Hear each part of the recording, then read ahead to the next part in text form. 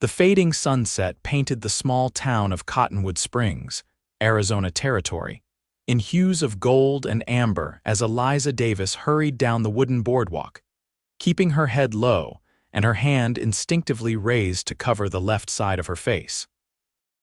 It was 1882, and at 22 years of age, she had mastered the art of becoming invisible, or at least, she tried. The scar that pulled the left corner of her mouth into a permanent upward tilt had been her unwanted companion since a childhood illness. And in a town where perfection was currency, her crooked smile made her poor indeed. "There goes twist-face Eliza," came the whispered taunt from a group of women standing outside the general store. Their laughter followed her like a shadow as she quickened her pace, clutching her basket tighter against her chest. The sound of pounding hooves made Eliza pause and step back as a group of riders thundered into town, dust billowing behind them.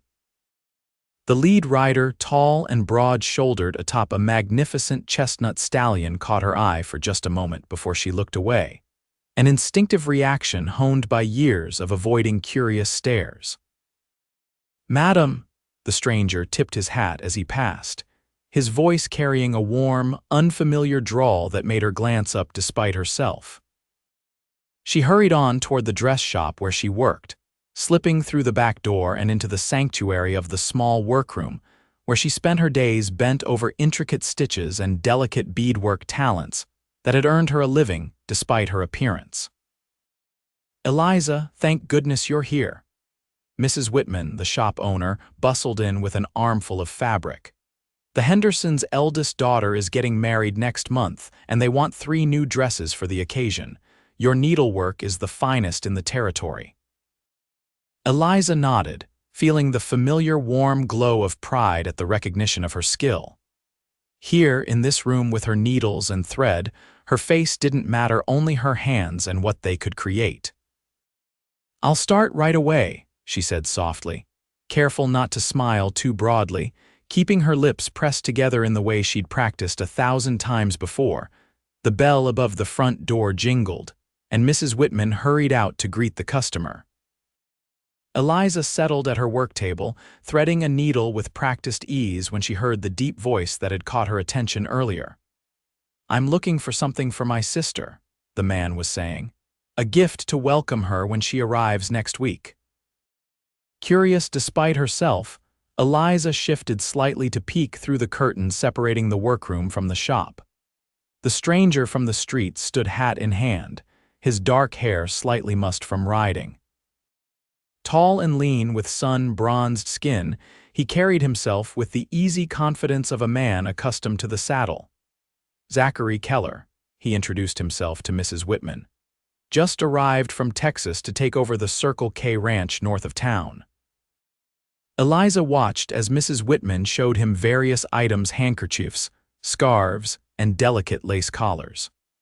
When the woman pulled out a half-finished shawl Eliza had been working on, she found herself moving forward without thinking. "That's not ready yet," she said, stepping through the curtain before realizing her mistake. The stranger Zachary turned toward her, and instinctively she raised her hand to cover her mouth. "Mr. Keller, this is Eliza Davis, my finest seamstress," Mrs. Whitman said proudly. Zachary's eyes, a startling blue against his tanned face, met Eliza's with unexpected warmth. "Pleasure to meet you, Miss Davis." She nodded, keeping her hand in place, her eyes downcast. "That shawl," he continued, gesturing toward the delicate work of pale blue silk with its intricate pattern of embroidered wildflowers. "Did you make it?" "Yes," she answered softly. "It's beautiful work. My sister would treasure something like that." "It won't be finished for another week," Eliza said, risking a glance at his face. "Then I'll come back next week," he replied simply.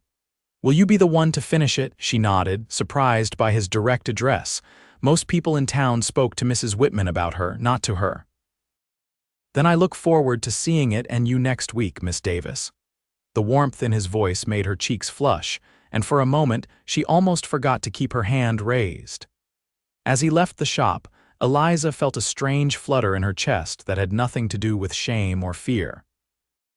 In the days that followed, Eliza found herself working with unusual fervor on the blue silk shawl, adding delicate touches that weren't strictly necessary: tiny pearl beads at the centers of the flowers, a more elaborate border than originally planned. Each evening, she took the work home to her small room above the bakery, stitching by lamplight until her eyes grew tired. 6 days after their meeting, as promised, Zachary Keller returned to the dress shop. Eliza had been waiting, the completed shawl carefully wrapped in tissue paper and tied with a ribbon. Mrs. Whitman was out on deliveries, leaving Eliza to tend the shop alone, something that rarely happened given her reluctance to interact with customers. "Miss Davis," Zachary greeted her, removing his hat as he entered. "I hope I find you well today." "Yes, thank you, Mr. Keller." She kept her face half turned away, a habit so ingrained she hardly noticed doing it anymore. "Is that my sister's shawl?" he asked, nodding toward the wrapped package on the counter. "Yes." Eliza carefully untied the ribbon and unfolded the tissue paper to reveal her work. "I hope she likes it." Zachary's eyes widened as he saw the intricate details. She had added the wildflowers of Texas she had researched and recreated in thread and seed pearls, the delicate fringe along the edges. "This is extraordinary," he breathed, his fingers hovering over the fabric without touching it. "You've captured the bluebonnets from home perfectly. How did you know?" "I asked Mr. Johnson at the general store about Texas flowers," Eliza admitted. "He had a book with illustrations." Zachary smiled, a genuine smile that reached his eyes. "My sister will be speechless, thank you." As he paid for the shawl, insisting on giving her more than the asking price, despite her protests, their fingers brushed briefly, sending an unexpected jolt through Eliza's hand. "Miss Davis," he said as she wrapped the shawl once more, "would you consider making something else for me?" "A handkerchief, perhaps, with my initials," she nodded, not trusting herself to speak. "Excellent. I'll return in a few days to discuss it." He paused at the door. "And Miss Davis, you don't need to hide your face from me." Before she could respond, he was gone, leaving her standing motionless behind the counter, her heart racing. That evening, as Eliza walked home in the fading light, she heard footsteps behind her and tensed, quickening her pace slightly. Cottonwood Springs was generally safe, but a woman alone after sunset was still taking a risk. "Miss Davis, wait," called a familiar voice. She turned to find Zachary Keller approaching, leading his horse by the reins. "Mr. Keller," she acknowledged, her hand automatically rising to shield her face. "Please call me Zach," he said, falling into step beside her. "May I walk with you? These streets can be unpredictable after dark." She nodded, confused by his attention but not unwelcoming of it. "My sister arrives tomorrow," he said conversationally. "I've written to her about the beautiful shawl waiting for her." "I hope she likes it," Eliza replied softly. They walked in silence for a moment before he spoke again. "How long have you lived in Cottonwood Springs, Miss Davis?" "All my life, and please call me Eliza." "Eliza," he repeated, and something about the way he said her name made her glance up at him. He was looking at her directly, his gaze unwavering even as it passed over the left side of her face with its telltale scar and crooked smile. "May I ask about your injury?" he said gently. She stiffened, her pace faltering. No one had ever asked so directly before. They either pretended not to notice or whispered about it behind her back. "I'm sorry if that was too forward," he added quickly. "No, It happened when I was 8, she found herself explaining. "Scarlet fever, the infection affected the muscles here." She touched the corner of her mouth briefly. "It doesn't hurt anymore, but it won't ever heal properly." Zachary nodded thoughtfully. "I have scars too, though mine are easier to hide." He rolled up his sleeve to reveal a puckered line of scar tissue running from wrist to elbow. "Cattle drive gone wrong when I was 19. A spooked steer, a rope that caught the wrong way, and I nearly lost the arm." Eliza studied the scar with interest rather than disgust. "That must have been frightening." "Terrifying," he agreed, rolling his sleeve down again. "But it taught me something important. Scars tell our stories. They're proof we survived something." They had reached the bakery where Eliza rented her small room. She paused at the side entrance that led upstairs. "Thank you for walking with me, Mr. Zach," she corrected herself. "My pleasure, Eliza." He tipped his hat. "I'll be by the shop in a few days about that handkerchief." As promised, Zachary returned to the dress shop several times in the following weeks, each visit ostensibly about commissioning another small item: handkerchiefs, a scarf for his sister, a lace collar. Each time, he found a reason to speak directly with Eliza rather than Mrs. Whitman.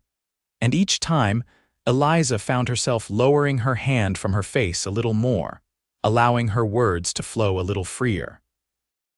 On his fourth visit, he invited her to Sunday dinner at the ranch to meet his sister, Emma. "She's been asking to meet the talented woman who made her favorite shawl," he explained. "I'd be honored if you join us."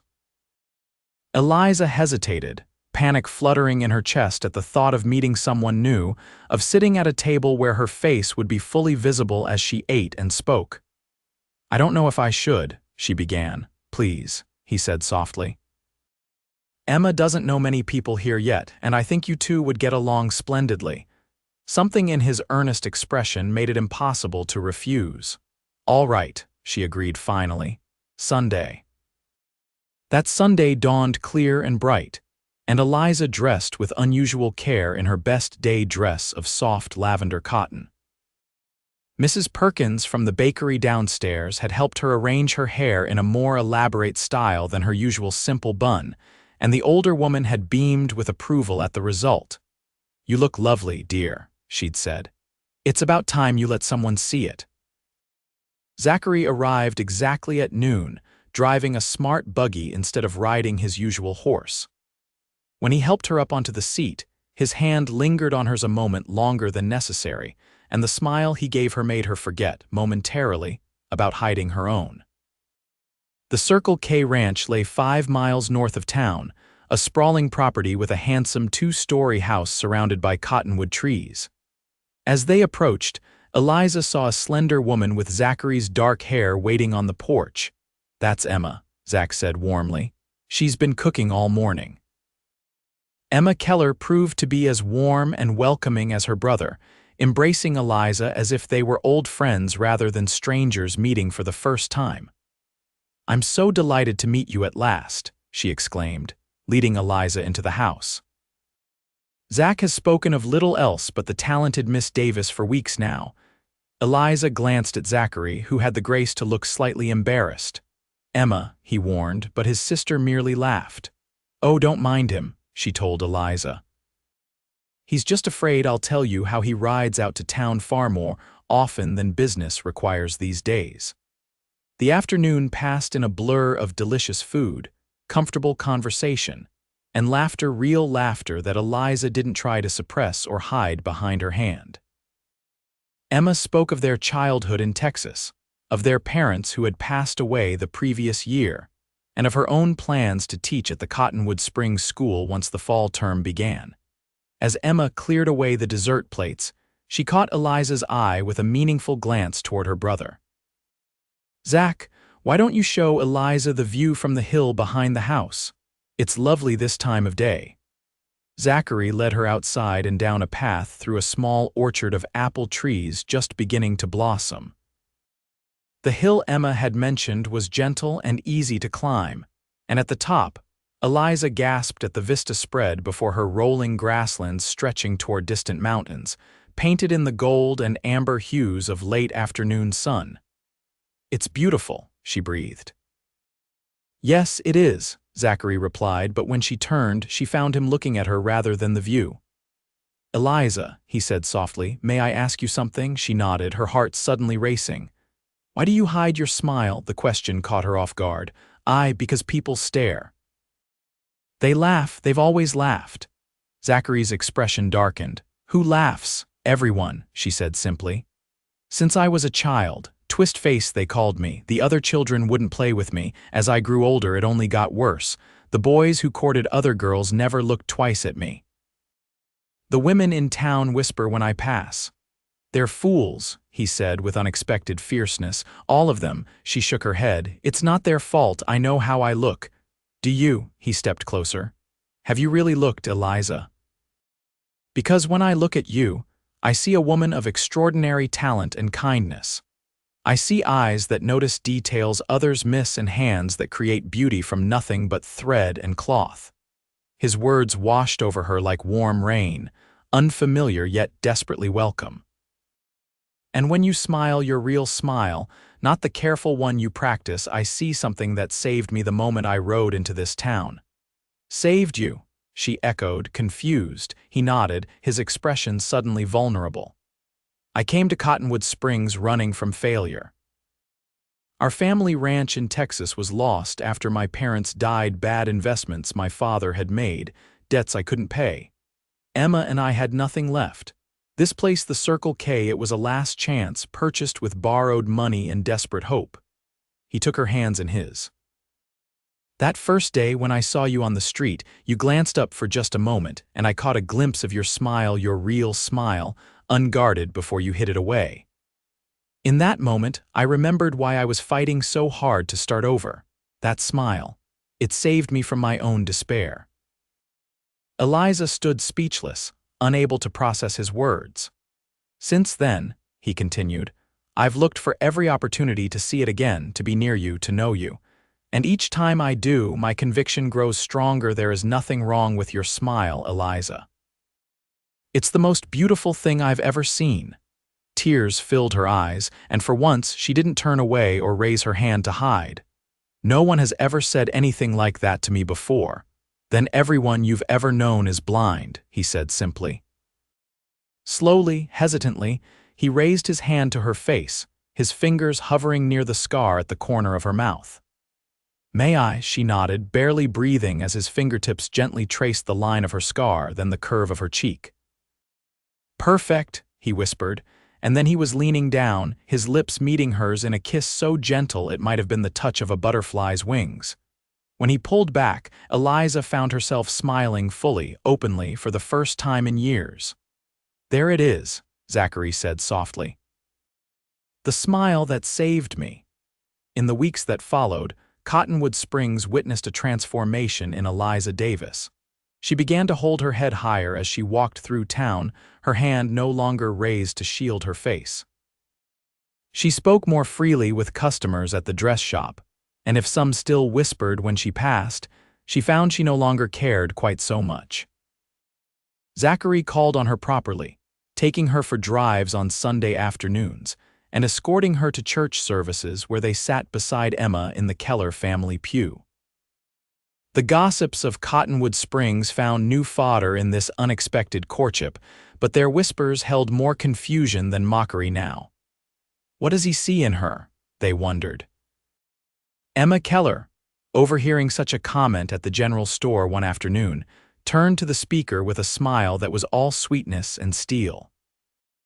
My brother, she said clearly enough for everyone to hear, sees what any person with sense would see: a woman of remarkable talent, intelligence, and beauty. The real question, Mrs. Peterson, is why the rest of you have been too blind to notice all these years. The story spread through town like wildfire, and suddenly, people began to look at Eliza differently. Orders for her special needlework increased as women who had previously ignored her talents now sought them out. Mrs. Whitman, recognizing an opportunity, prominently displayed Eliza's work in the shop window with her name attached. Your young man has stirred up quite the change around here, Mrs. Whitman remarked one afternoon as Eliza finished a particularly elaborate wedding veil. He sees me, Eliza said simply. Not my scar, just me. On a warm evening in late June, Zachary invited Eliza for a special dinner at the ranch. When she arrived, she found the porch transformed with lanterns and flowers, the table set with fine china she hadn't seen during previous visits. What's the occasion? She asked as he helped her down from the buggy. You'll see, he replied with a nervous smile that made her heart skip. Emma was conspicuously absent, having urgent business in town, according to Zachary. He served dinner himself, a meal he admitted he'd been practicing for days under his sister's tutelage. It may not be perfect, he apologized as he presented a slightly lopsided roast beef, but I wanted tonight to be special. After dinner, he led her to the porch swing where they sat watching the sunset paint the sky in vibrant pinks and golds. His hand found hers, fingers intertwining with familiar ease. "Eliza," he began, his voice uncharacteristically hesitant, "these past months have been the happiest of my life." She squeezed his hand. "Mine too. When I came to Cottonwood Springs, I thought I was just starting over with a new ranch, a new business I never expected to find." He paused, searching for words, to find home, not in a place but in a person. He shifted on the swing to face her, taking both her hands in his.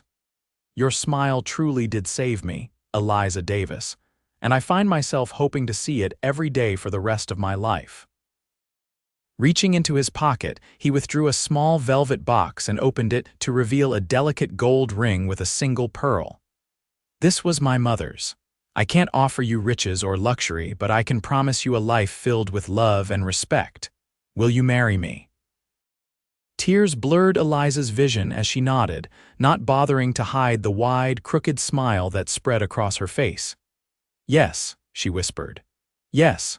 The wedding took place in September, with the cottonwood trees beginning to turn golden around the ranch house. Emma had helped Eliza create a wedding dress that showcased her talent for needlework ivory silk with intricate embroidery along the hem and sleeves. To Eliza's surprise, the small church was filled to capacity. Mrs. Whitman sat in the front row, beaming with almost maternal pride. Even the women who had once whispered, "twist face" behind their hands were present, offering congratulations that seemed genuinely warm. As she walked down the aisle toward Zachary, Eliza held her head high, her smile, her real smile, bright and unguarded. When the minister pronounced them husband and wife, Zachary cupped her face in his hands, his thumbs gently tracing the scar at the corner of her mouth before he leaned down to kiss her. "Your smile," he whispered against her lips, "will always be my salvation." Winter came to Cottonwood Springs with unusual severity that year, blanketing the town and surrounding ranches in deep snow by early December. Eliza, now mistress of the Circle K, found unexpected joy in creating a true home, something she had never really had in her small, rented room above the bakery. She continued her needlework, setting up a workroom in what had once been a rarely used parlor, taking special commissions that Mrs. Whitman sent her way. The ranch thrived under Zachary's careful management, and by spring, they were able to pay off a significant portion of the loans he had taken to purchase the property. Emma, who had indeed secured a position at the town school, visited on weekends, bringing news and gossip from Cottonwood Springs. It was during one such visit in early April that Eliza shared her own special news. "A baby," Emma squealed with delight, hugging her sister-in-law tightly. "Zach will be over the moon." And he was, returning from checking the herd to find his wife and sister waiting with barely contained excitement. When Eliza told him, he lifted her off her feet in an embrace so joyful she laughed out loud, her smile wider than ever. "A child," he kept saying, his voice filled with wonder. "Our child." That night, as they lay together in their bedroom, his hand resting protectively over her still flat stomach, Eliza voiced the fear that had been growing alongside her joy. "What if the baby inherits my—" She touched her scar. Zachary propped himself up on one elbow to look at her in the moonlight streaming through the window. "Then our child will have the most beautiful smile in the territory, just like his or her mother." His absolute certainty washed away her fear, replacing it with a warmth that spread through her entire body. In late November, as the first snows of winter again began to dust the landscape around Cottonwood Springs, Eliza gave birth to a daughter they named Hope. The baby was perfect: 10 tiny fingers, 10 tiny toes, and a rosebud mouth that showed no sign of her mother's condition. "She's beautiful," Zachary whispered, cradling his daughter with a tenderness that made Eliza's heart swell. "Just like you." As the years passed, the Circle K prospered, growing from a struggling new venture to one of the most successful ranches in the territory.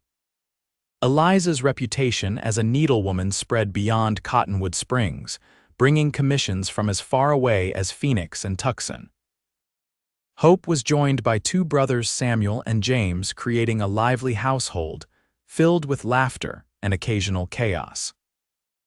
On the eve of their 10th wedding anniversary, Zachary surprised Eliza with a special gift, a framed daguerreotype of their family, captured by a traveling photographer who had set up temporarily in Cottonwood Springs. "Our first family portrait," he said proudly as she unwrapped it. Eliza studied the image with wonder. Zachary standing tall and handsome behind her seated figure, his hand resting on her shoulder. Hope, now 9, and the image of her father, standing to her right. 7-year-old Samuel and 5-year-old James seated at her feet. And there in the center was Eliza herself, looking directly at the camera with a full, unguarded smile. "Do you remember what I said the day I proposed?" Zachary asked, his arms encircling her waist as they stood before the portrait. "You said my smile saved you," she replied softly. "It still does," he murmured against her hair. "Every single day." Eliza turned in his arms to face him, allowing herself to smile the full, crooked smile that she had once hidden from the world. "And yours saves me." In the light of the setting sun streaming through the window, they stood together, two people who had found in each other not just love, but the courage to be fully, completely themselves.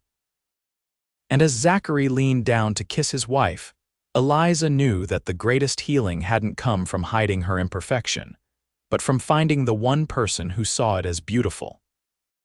The crooked smile that had once been her greatest shame had become her greatest joy, because in Zachary's eyes, it had never been something to fix or hide. It had been something to cherish, to love, to save. And in loving her exactly as she was, he had taught her to do the same.